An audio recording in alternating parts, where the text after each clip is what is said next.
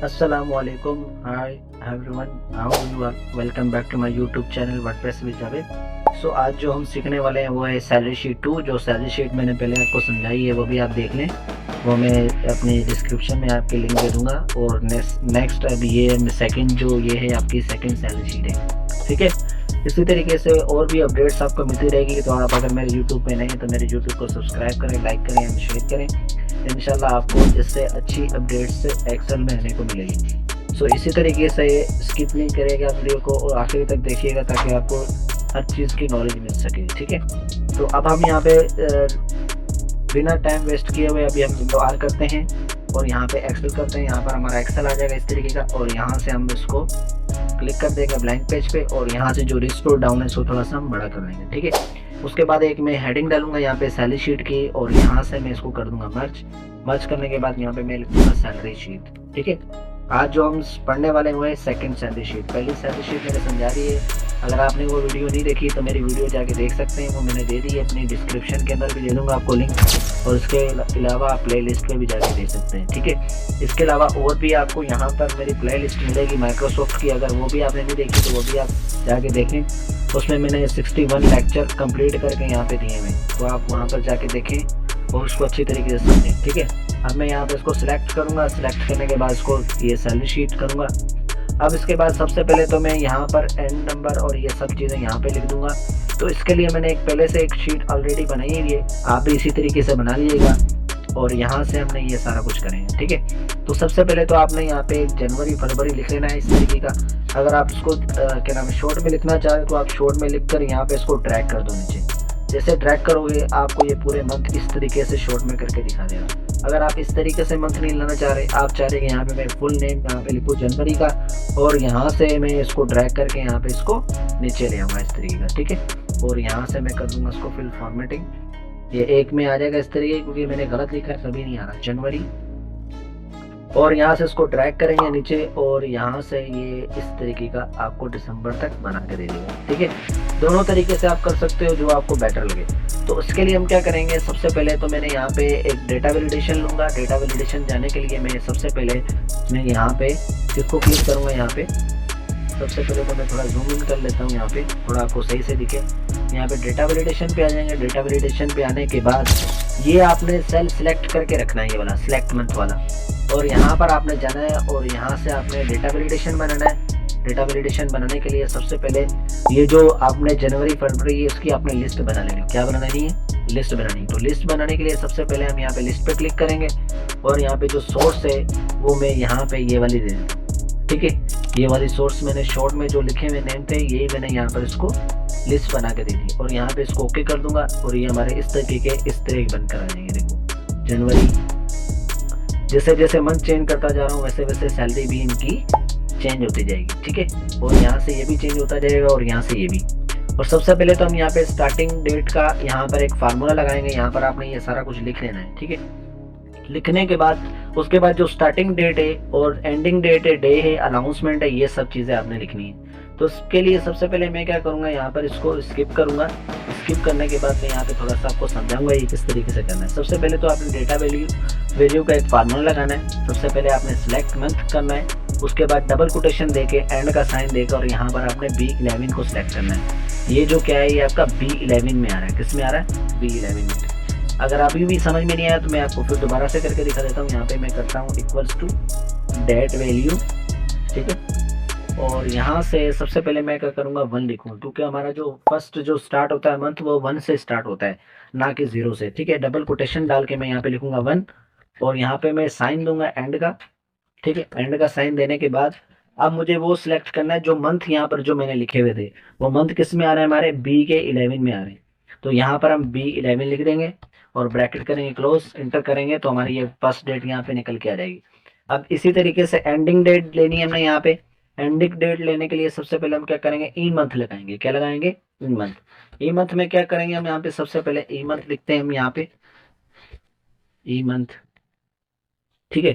Tab का button दबाएंगे और सबसे पहले तो आपने यहाँ पे ये वाली वैल्यू लेनी है। क्या लेनी है यहाँ पे, ये वाली वैल्यू। ये आपकी क्या है, D11, ठीक है। क्या लिखोगे आप यहाँ पे, D11।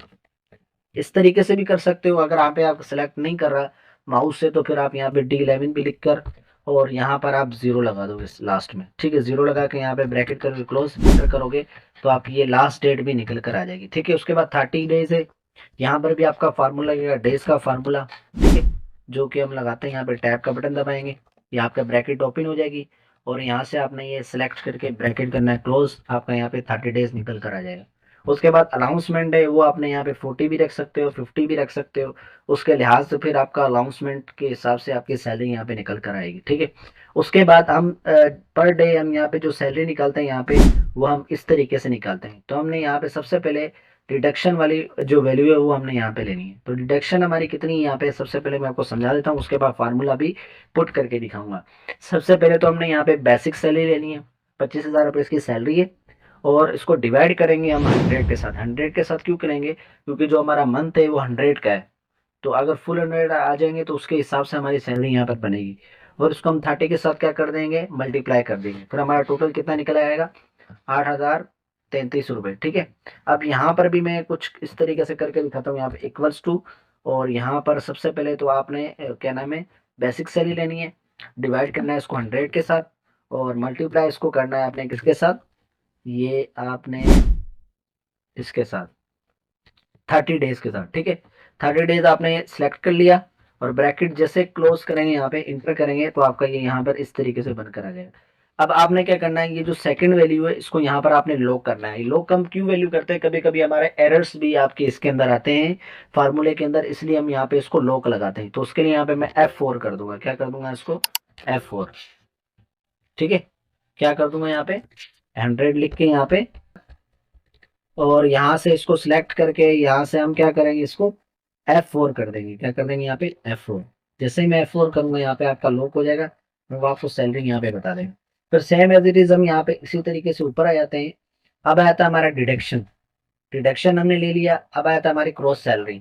अब क्रॉस सैलरी आपकी कितनी बनेगी, अगर यहाँ पर आपकी 25,000 रुपये सैलरी है तो आपकी क्रॉस सैलरी कितनी बनेगी। क्रॉस सैलरी को हम माइनस करेंगे किसके साथ, 25,000 के साथ। सबसे पहले तो आपने इक्वल्स टू लगाना है, 25,000 लेना है, और यहाँ से माइनस करोगे आप यहाँ पे डिडक्शन के साथ, और यहाँ पर आपका आंसर निकल के आ जाएगा। यहाँ पे फिर दोबारा से कर लेते हैं, फिर दोबारा से देखें आप, इक्वल्स टू करेंगे, 25,000 लिए हमने यहाँ पे, माइनस किसके के साथ किया हमने यहाँ पे, डिडक्शन के साथ।